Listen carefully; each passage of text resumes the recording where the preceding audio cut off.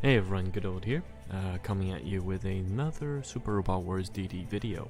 So this is going to be hopefully quite a long one because there are a lot of topics to cover, but the main purpose of this video is to help people transition from mid-game into endgame.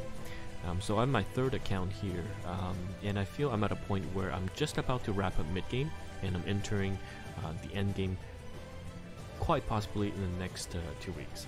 However, for the purpose of this video, I'm going to show you what I mean by power spikes.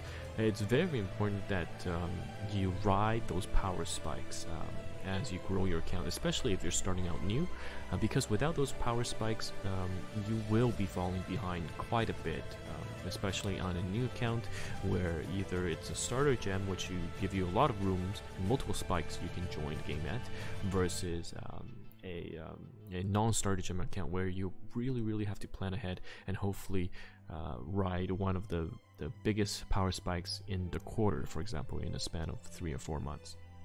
Okay, so those are a lot of terms, and I'll just quickly walk over what I've done in the past 10 days on this account, and I'll explain what the power spikes are.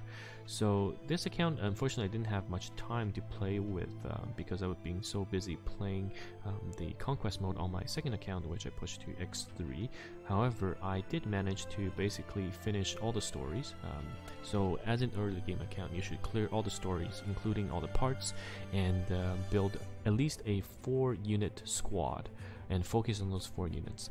For myself, I just have 2 units built at the moment. I do have the resources, but I'll get into that another time. So what you want to do is have those 4 units, make sure they have the limited SSRs or whatever SSRs. You can see here Asuka has her SSR, and also Kira has the limited SSR 4 and the limited SSR 3. So that's quite important. And looking at my resources, I'm still sitting comfortably at 11,000 gems with a bunch of orbs that I have not spent yet. So I'll have another video about the orb system and explain that better. But you can see that these 2 units for myself are fully remodeled, equipped with 4 subs and their SSRs. So what is a power spike? So that is the I think most important topic to cover, because once you have 4 units that are fully upgraded, you reach mid-game. Basically, you can clear the if we take a look, you can clear the spirit levels, the book levels, as well as the remodel levels. Then you're essentially at mid-game. And if you can click conquest up to, let's say, 7, you're basically mid-game as well. So that's how I would gauge mid-level having those 4 units. But to break it down to power spikes, I have to kind of explain the banner system in this game. So every 2 weeks we have a limited banner, where in this case, for example, it's Asuka, and every other 2 weeks we have 2 new SSRs that's not limited. So before this one we had the Akito and Karen banner, which is great as well, but in the limited banners, usually they're quite overpowered, stronger than the regular ones, and they are not going to come back unless there's a rerun, which happens usually 3 to 6, anytime between 3 to 6 months later. So in order to pull on a banner, we recommend people to not pull unless it's a confirmed overpowered banner and unless you have enough for pity. So pity in this game is about 2,600 gems or 2,400, around that. Basically you do 4 rounds, and the 3rd step on the 4th round, and each round is about 700 gems, so you can do the math. And when you pull on them, you get what they call codes. Of course, on your last banner pull, your step 4, you're guaranteed an SSR out of the 4 that's from the banner, but that's only a 25% chance to get the limited attack if you don't have insane luck. So that's why I would recommend always pulling if you have pity only, because you can pull 3 steps and not get the limited, and you don't have enough gems to exchange for the unit. So anyhow, that is the gem, and the codes you get, you collect from your inbox, and once you get the code, you can go to the shop, and usually there is a on banner shop For example, right now here it is. I pulled 3, so this is 3 steps for Asuka, and this is the pity system. For 200, you can get, you know, the limited SSR or the other new SSR, but also you can exchange for the new orbs or the old orbs of that character. So in this case, it's Saki and Asuka again. Ideally, you pull 1 copy, and then you can use the codes to buy orbs. Otherwise, I think it's a pretty big waste to, you know, spend quite a bit of resources just to get the new SSRs. But not everyone's lucky. So that's how you spend the codes. And once you get those orbs, once you get those SSRs, my recommendation is use them to macro farm the stage. So what I mean by power spike is usually when you have a brand new SSR that comes out, hopefully it comes with a unit that has free orbs.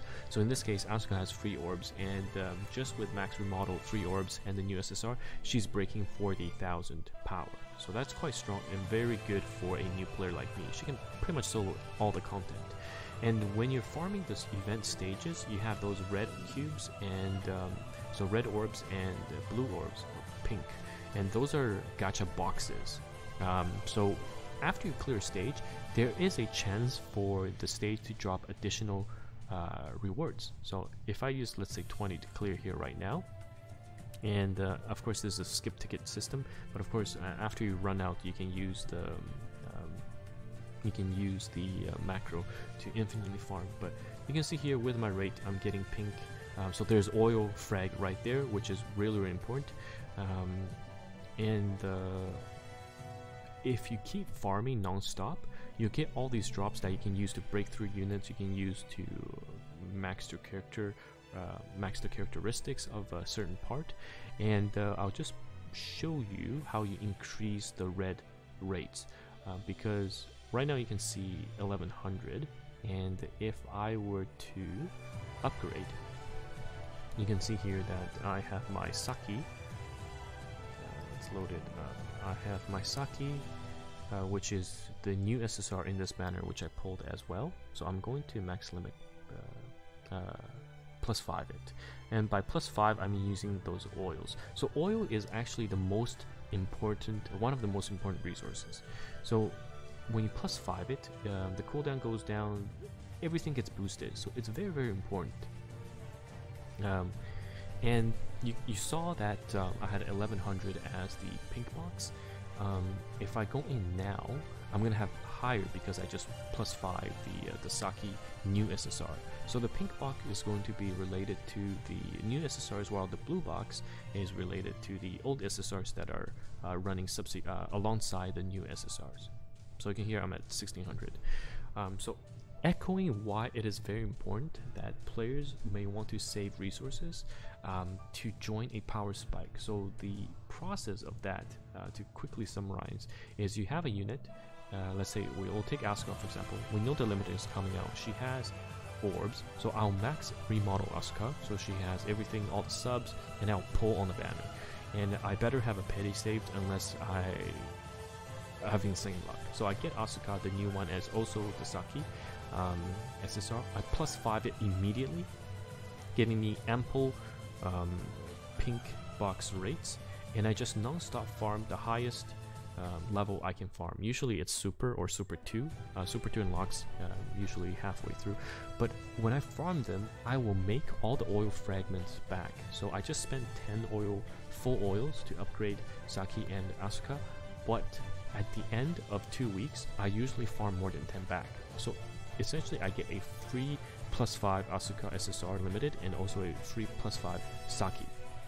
This is extremely important because it starts a process of you always roll and you always get a +5 version of the SSR while having extra full oils to spare. So on my main account, I macro all the time. I use skip tickets too, and usually, let's say I pull one SSR that's +5, I'll get 8 or 9 in return. So that's 4 extra oils minus the 5 invested.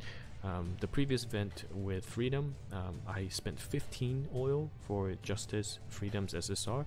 and also Liger, and I got 21 back. So the +5 on all 3 SSR were free, and of course I got 6 more additional oils along with 1,000 orbs, which is 10 orbs I can spend anywhere for the SSR 1, SSR 2 orbs. And that's why the riding the power spike is very, very important, and it's going to be very difficult to do for new accounts that are really just starting out, because you don't have enough gems.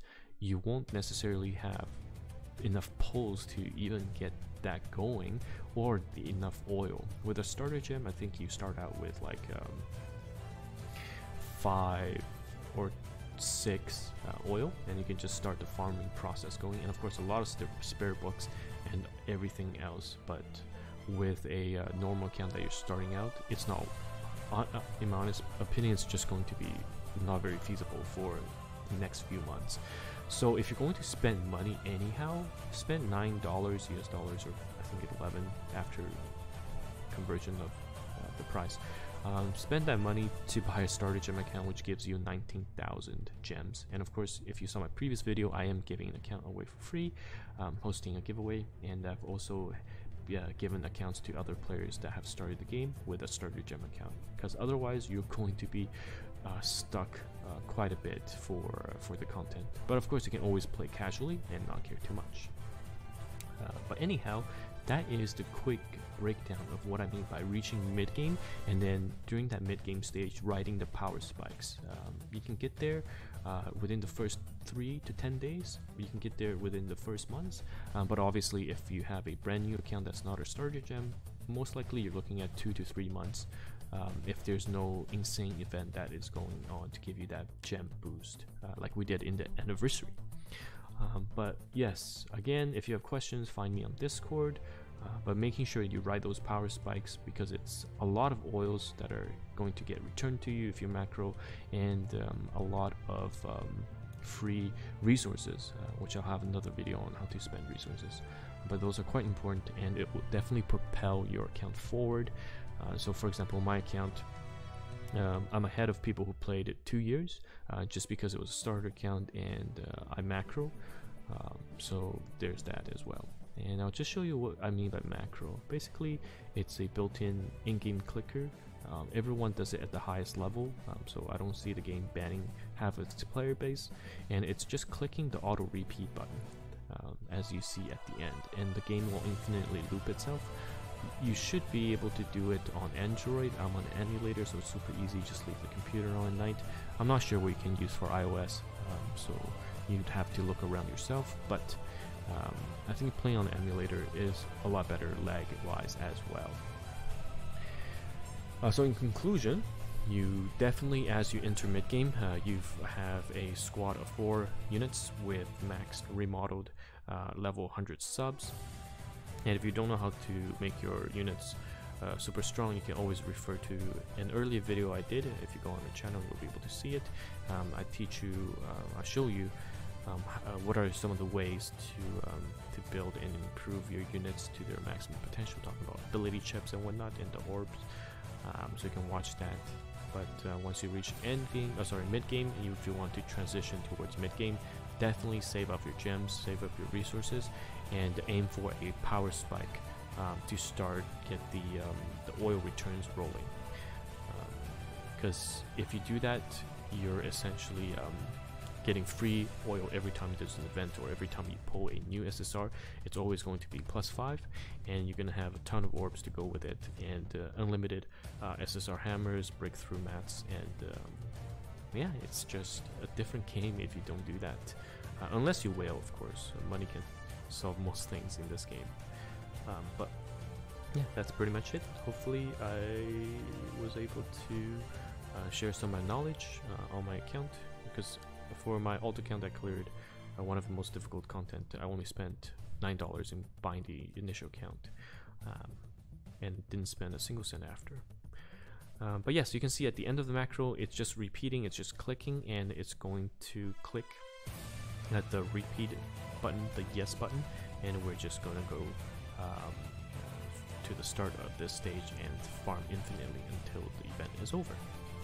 So hopefully this was helpful. Again, quite a long video, but Let me know if you have any questions.